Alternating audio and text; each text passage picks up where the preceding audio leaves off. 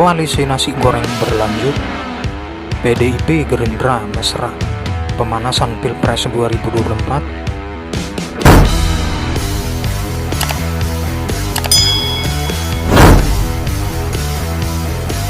Kemesraan PDI Perjuangan dan Gerindra di Pilkada 2020 menjadi sorotan. Berbagai spekulasi bermunculan, duet di beberapa daerah dianggap sebagai ajang pemanasan mesin politik kedua partai di Pilpres 2024. Walau masih terlalu dini siapa calon presiden bakal mereka usung.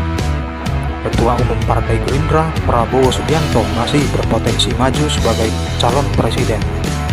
Meski 2 kali kalah dari Joko Widodo dalam pertarungan, kini dia bergabung ke dalam jajaran Kabinet Indonesia Maju. Ditunjuk Presiden Jokowi sebagai Menteri Pertahanan. Berbagai hasil dari lembaga survei menyebut bahwa Prabowo masih tertinggi. Dari hasil survei Indobarometer menunjukkan elektabilitas Ketua Prabowo Subianto masih kokoh berada di puncak di antara tokoh lain yang berpeluang menjadi calon presiden pada 2024. Elektabilitas Prabowo bertengger di angka 17,6%. Hasil ini sendiri turun dari sebelumnya 23,1%. Sedangkan survei Sirus Network, Prabowo mendapatkan elektabilitas 18,8%. Melihat trennya, elektabilitas Prabowo meningkat dari Juli 2019 sebesar 16%. Peringkat ketiga ditempati oleh Sandiaga dan Anies Baswedan.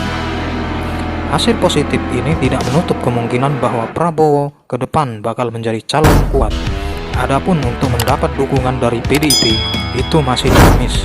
Apalagi di PDIP ada sejumlah kader yang punya modal elektoral kuat, seperti Ketua DPR Puan Maharani hingga Gubernur Jawa Tengah Ganjar Pranowo. Memang masih terlalu dini untuk menentukan siapa jago bakal diusung PDIP dan Gerindra dalam Pilpres 2024. Meski begitu, secara hubungan saat ini terjalin begitu erat. Apalagi koalisi di daerah sedang banyak dibangun bersama antara PDI Perjuangan dan Gerindra. Secara chemistry kedua partai ini sangat mungkin untuk melakukan koalisi. Memang terlihat sekali dan salah satunya dari bagaimana mereka membangun pola koalisi di banyak pilkada, kata Direktur Carta Politika Yunarto Wijaya. Koalisi dibangun PDIP dan Gerindra pada Pilkada 2020 merupakan sebuah langkah pemanasan untuk menguji kekuatan mesin partai. Secara psikologis, bagus kalau mereka berani mulai memposisikan diri mengambil sikap berbeda dengan partai koalisi lain, termasuk berani melawan para petahana di Pilkada. Dengan strategi ini sekaligus pembuktian apakah dua mesin politik terbesar ini ketika bergabung memang bisa memiliki nilai elektoral.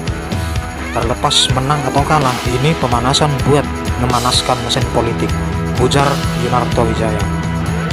Jika menggunakan hasil pemilu 2019, ada banyak daerah dikuasai dua partai ini. Di banyak daerah, PDIP dan Gerindra kerap bertukar posisi peringkat 1 dan 2, kecuali di Sumatera Barat maupun Aceh.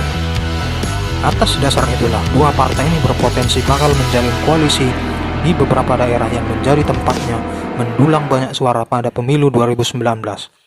Meskipun belum bisa melihat secara rinci peta koalisi PDIP dan Gerindra lantaran rekomendasi yang belum banyak dikeluarkan, Yunarto melihat besar peluang dari dua partai ini bergabung dan menjadi kekuatan besar di daerah, misalnya di wilayah Jawa, Sumatera, dan Kalimantan. Di daerah tersebut, modal untuk koalisi dia nilai sudah cukup, baik dari sisi psikologis karena kedekatan Mega dan Prabowo juga karena kekuatan elektoral.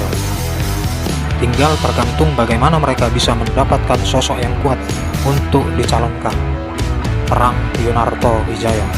Ketua DPP Partai Gerindra Habibur Rahman mengaku belum bisa menyampaikan secara rinci daerah mana saja bakal berkoalisi dengan PDI Perjuangan.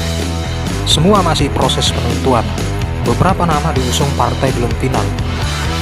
Masih otak-atik, ya masih banyak bisa terjadi perubahan sehingga belum bisa dihitung mana kader yang maju, mana yang tidak, kata Habibur Rahman. Ketua Badan Pemenangan Pemilu PDIP Bambang Wuryanto mengakui banyak bekerja sama dengan Partai Gerindra di Pilkada 2020. Alasannya karena hubungan baik antara Ketua Umum PDI Perjuangan Megawati Soekarnoputri dan Ketua Umum Partai Gerindra Prabowo Subianto. Kebijakan Ketua Umum Megawati sangat mempengaruhi para pelaksana tugas partai di lapangan. Bu Mega akrab dengan Pak Prabowo, kebijakan ke bawahnya kira-kira mengikuti. Kalau ibu sedang tidak cocok, bawah juga mengikuti, ujar Bambang kepada wartawan. Kendati demikian, Bambang mengatakan tidak ada perintah langsung dari Megawati kepada kadernya agar berkoalisi dengan Gerindra di pilkada. Para kader melihat preferensi politik itu dari kedekatan dengan Ketua Umum. Dia mengakui keakraban Megawati dan Prabowo memberikan pengaruh pada koalisi di daerah-daerah. Keakraban dua partai bisa dilihat dari beberapa daerah menggelar pilkada 2020, seperti di Pilwalkot Tangerang Selatan, pasangan Muhammad dan Rahayu Saraswati Joywadikusumo diusung PDIP Gerindra. Muhammad sampai sekarang masih menjabat Sekda Tangsel dan belum mengajukan surat pengunduran diri kepada Wali Kota Tangsel, Airin Rahmidiani. Koalisi Gerindra dan PDIP juga terjadi Depok. Dua partai sepakat mengusung Pradi Supriyatna dan Afifah Alia. Pradi merupakan calon petahana dan dari posisinya sekarang Wakil Wali Kota Depok, sedangkan Afifah dikenal sebagai kader PDIP dan seorang pengusaha. Rekomendasi untuk Pradi dan Afifah membuat duet koalisi Gerindra dan PKS bubar. Pradi nantinya akan melawan rekannya saat ini, Muhammad Idris, Wali Kota Depok. Kemudian di Solo, Jawa Tengah, Partai Gerindra juga ikut gerbong PDIP. Mereka mendukung pasangan Gibran Rakabuming dengan Teguh Prakosa. Dukungan Gerindra menjadikan Gibran putra mahkota Presiden Joko Widodo mendapat koalisi yang sangat gemuk. Ada kemungkinan dalam pilkada Solo, Gibran bakal melawan kotak kosong lantaran hampir seluruh partai mendukung kecuali PKS. Masih di Jawa Tengah, wilayah Purworejo juga ada diisi koalisi PDIP Gerindra.